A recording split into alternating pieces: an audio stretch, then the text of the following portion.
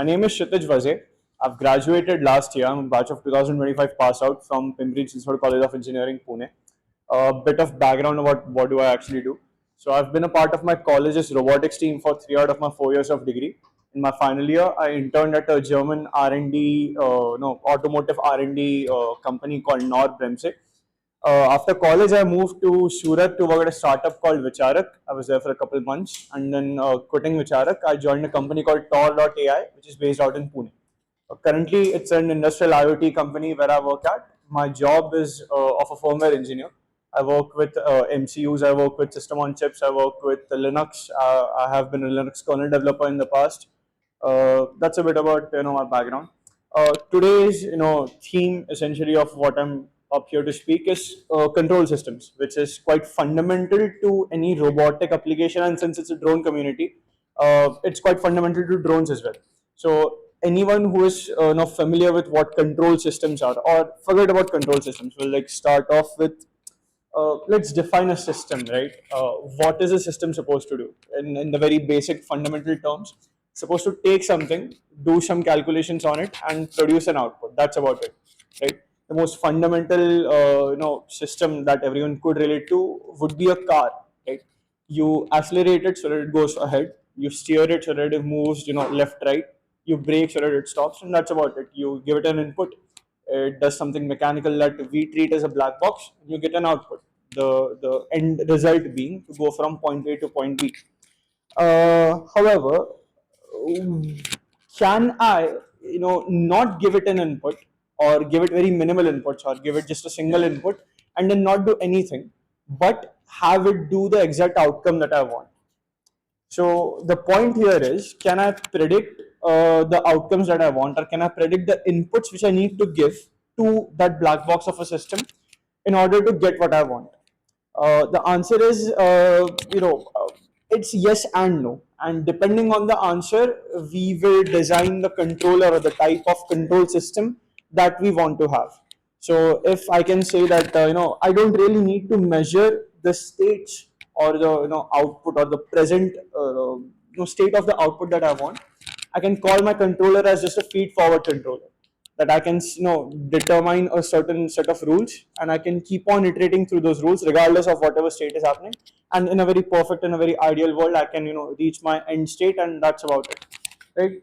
Or if we do need to measure these parameters, if we do need to understand the present value of the state or the output which is being tracked or which is trying to be achieved, and then on the basis of the present state, do I need to change the input which I'm providing? Do I need to iterate the input which I'm providing? A very rudimentary example of this might be a conveyor belt, right? I don't really need to speed it up. I don't really need to slow it down. I don't really need to stop it as well. In a very perfect world, I don't really need to track if the conveyor belt at my production line is working or not. As in, is there any defective piece on my conveyor belt? All I need to do is just start a motor, give it some sort of PWM signal so that the motor keeps on spinning, and it keeps on spinning till the factory's 16-hour shift is over or not. That's about it. That's all I care. So in that case, I don't really need to feed something back to my input, because the input is what? Just a start or a stop button, right? However, what if something does break? What if there is a lot of load on my conveyor belt? What if the speed at which the conveyor belt is supposed to rotate at, the motor is supposed to rotate at, what if it is not able to do that? Then in that case, I might need to track the speed at which the motor is rotating. Say the conveyor belt can handle 100 kilos, I'm loading 150 kilos on it, and I would need to change the speed of the motor, right? How would I sense that the motor is not rotating at the speed at which I want it to, right? So in that case, we need some sort of feedback loop mechanism. What does feedback mean? Right? At any given time, I am measuring the desired value or the set point or the output state, and then on the basis of a comparison of what is my target state and what is my current state, I derive some error or some correction. I feed that correction into the controller, which is the feedback controller, and on the basis of the controller's output, I will tweak the input which is being given to the system. We'll talk about feed forward controllers first. It's a quite simple, straightforward diagram. You have a reference, which is the input that you have for your system. The feed forward controller, which either scales up or scales down your reference and does some basic rudimentary processing on it, and then it just gives the control input to your dynamic system, and life keeps on moving. There's nothing to be inferred or nothing to be changed in a feed forward controller in an ideal world. However, things do become a bit different in a feedback controller, right? The need for a feedback controller inherently arises from the fact that in any dynamic system, you cannot have a perfectly noiseless system. There will always be something which messes with your system, which messes with the output that you want, and at any given time, the desired output will never match the real output. The reason being what we term as a collective term called noise. Now, it can be destructive, it can be constructive. So, for example, my set point is 100, right? My output state can be 90, it can be 110. So, it can overshoot my output, it can undershoot my output. However, I need to understand if it has overshot or if it has undershot. And then, in both the cases, what do I need to do? What do I need to do with it? So, if it has overshot, do I need to reduce the speed? If it has undershot, do I need to increase the speed at which it goes? Right? These are some types of feedback controllers that we have. Full disclosure, the screenshot has been taken from a video that's posted by a company called MATLAB. Is anyone aware with MATLAB? Right, obviously. So MATLAB has done a fantastic job at controllers and feedback controllers, feed forward controllers, and all that stuff. The reason being MATLAB or MathWorks, I should rather say, MathWorks makes a product called MATLAB, which is quite useful in the case of controllers. So what happens is, before I implement whatever theory I've come up with, I need to make sure that it does indeed work the way that it has been intended to, right? And obviously, the only way that we can do this is by simulating the whole thing, right? So probably the most widely used simulation software is called MATLAB, and we have special dedicated packages in MATLAB for feedback and feed-forward controllers, or I should rather say control systems, as a whole. So coming back to the point, feed-forward controllers are broadly classified as these types. There's the linear controller, which we are going to talk about. There is a non-linear controller. There are robust controllers, adaptive controllers, which can tweak the control parameters in real time. Spoiler alert, anyone who is in AI, coming back to the question which my friend had, how can we use AI on edge devices on real systems? Adaptive controllers and intelligent controllers is your answer. So the usage of AI or any LLM which is on edge can be used in order to take control decisions at real time. So whatever error you have, instead of feeding it to a simple equation, which we do in the case of a PID controller, we can feed it to an LLM, and we can try and predict, basis on the history of the errors that we have. We'll get into the history and we'll get into the step changes of AI. But yeah, AI can quite easily be used in adaptive and in intelligent controllers, right? Fine. We'll talk about the main thing that I'm here to speak about, which is PID controllers. Have you guys ever heard of a PID controller? Right, so it stands for proportional, integral, and derivative controllers, and we'll understand this with a very simple example. Say that I have a drone, right? It is at the ground at 0 meters, and I need it to hover at 50 meters exact, right? What I can do is I'll have a sensor which will give me the current height of the drone, right? So if I turn the whole system on, I'll quickly get the value as 0, and my target is at 50. Okay, so the error in this case is target minus the real point, which is 50, obviously. Now I have a system in place, which is, the whole goal of the system is to minimize this error. I want this error to be exactly 0. I want this error to be as close to 0 as possible, which basically means that the current measured value and the set point are matching perfectly, right? So if my drone is at 0 and if I need to go like take it to 50, I can accelerate it upwards. That's the most basic thing, right? So at what speed will it accelerate is controlled by the proportional value of our controller. So the speed at which the error is minimized is controlled by the proportional value. It's just a constant which we apply to the speed value. So I have a speed value v. I have a proportional constant, let's say 10. The error calculated is 50, and I need to minimize this, exactly stop at 50. It might decelerate, but it won't stop at 50. It might stop at 60. In that case, it needs to come down. It might stop at as it is coming down. It might stop at 45. It needs to come up. So In theory, if we just have a simple proportional controller in place, we will never quite reach the 50th set point. It will always be a little bit above or a little bit lower. The reason being, in an ideal world, yes, it might reach to 50. But when we account for inertia, as it is coming up to 50, it might not slow down in time so that it reaches the exact set point that we want. So there is error which gets accumulated over time. In mathematical terms, if we give a step input to a system, I need to ensure that the response is linear every single time. And in order to do that, I have an integral constant which is integrated into my controller. Now, what does that mean? What this does is it accumulates the smallest errors over time, and like after a set period of time, it generates a control value. This control value is given to the system as an input, which basically tells it that fine, over a period of let's say 10 seconds, this is the error which has been accumulated. We were ignoring it as of now. However, we need to correct this ASAP because we have crossed our time threshold. Enough error has been accumulated, and now we need to do something in order to nullify this whole thing. So that explains the proportional and the integral part. However, the derivative part is still a bit of a mystery, right? So rate of change of the error, or the rate of minimization of error, is controlled by the derivative part. So it operates on the second power of the whole control equation. And take of it this way: if the error is 50 and I don't have a derivative part, the proportional part is 10. What that means is the error will be minimized in increments of 10. What if I need it to go faster? The rate of change of error needs to be controlled in some way, shape, or form. That happens via the derivative controller. Let me explain all these terms a bit more. The Kp term reacts to the current error. If the drone is below 50, the error is positive. Kp increases the motor thrust proportionally so that the error is minimized to zero. The larger the error, stronger the correction. That's quite intuitive and quite simple, right?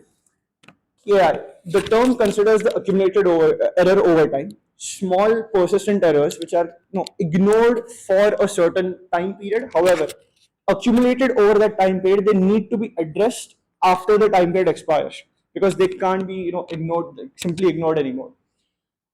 Finally, the derivative controller. This responds to the rate of change of error, predicting how the error is evolving, applying a damping effect. This is where LLMs or AI could come in to predict on the history of errors that we have had, on the history of the motion, or on the history of the measured values of the particular system. I could have an LLM model that will do the whole job of the derivative controller. Uh, is everything clear so far, or do I need to like reiterate over a few things, or would there be any questions from you guys? Because the session is technically over. The PID controller is just these three things. I do have a small demo setup. I'm not sure how I'll be able to like express it, but after the presentation is done, I might be able to use the PS4 controller I have and demonstrate the PID controller by blinking some LEDs. I'll try and get the whole demo setup. But at least is the theoretical part a bit clear to you guys? How do control systems react? How do the PID controller works? And again, the floor is open for questions.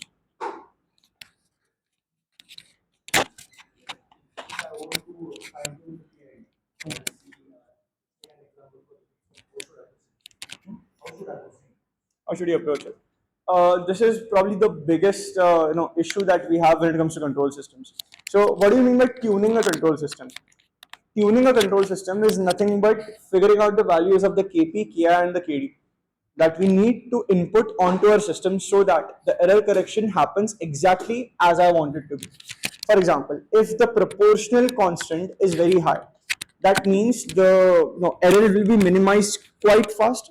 However, while minimizing the error quite fast, in the example of our drone, if the Kp is quite high, it will accelerate the drone at a very high level, or at a very high value that would obviously get it off the ground quite quick. It will take it to 50, but it won't stay at 50. Why? Because it did accelerate in order to minimize the error, but it could not decelerate in time.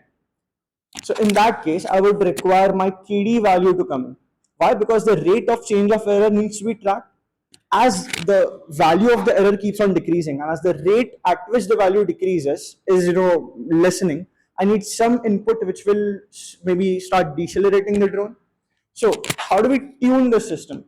That's where MATLAB comes in. So what we actually do is we write inverse kinematic and maybe forward kinematic equations depending on the way that you're modeling your system. We integrate the correction values that we have using the PID equation, and we try and simulate the entire system under various inputs. Based on the simulation, we get a table of values for KP, KI, and KD, and that's how we need to select the appropriate system according to the rate that we want. So, in the example of a hyperloop, is everyone like familiar with what a hyperloop is? The fast transportation system that we have, right? So, in that case, for example, I'm traveling at 100 kilometers per hour, right? My station has been detected to be 1 kilometer, no, in front of me. The rate at which I'm approaching the station will be controlled by the KP. But as I keep on approaching the station, I need the derivative part of the controller to kick in and tell me at what rate should I decelerate. Now I can't just try it out on a live setup, can I?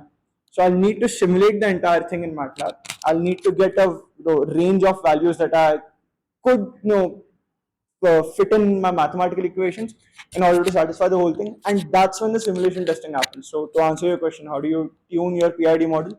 You tune it via analysis, you tune it via simulations.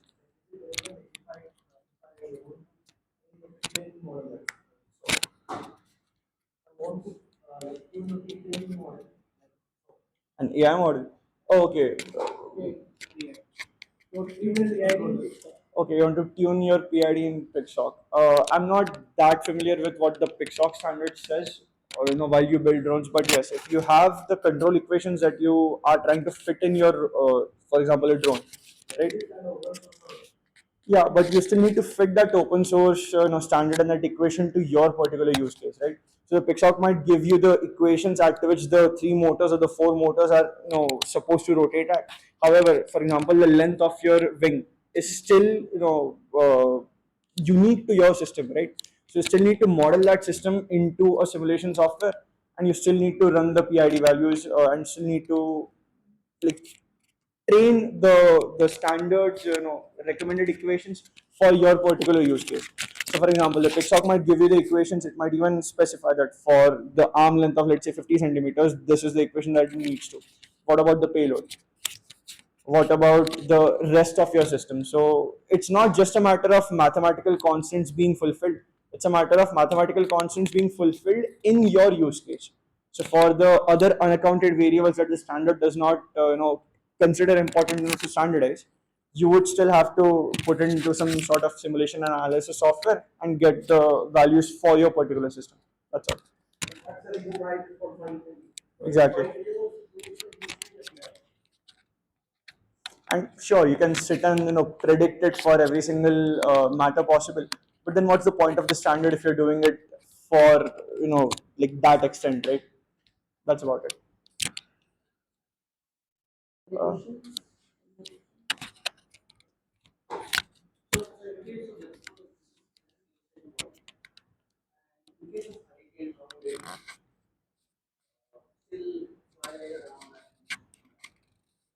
I'm sorry. Hmm.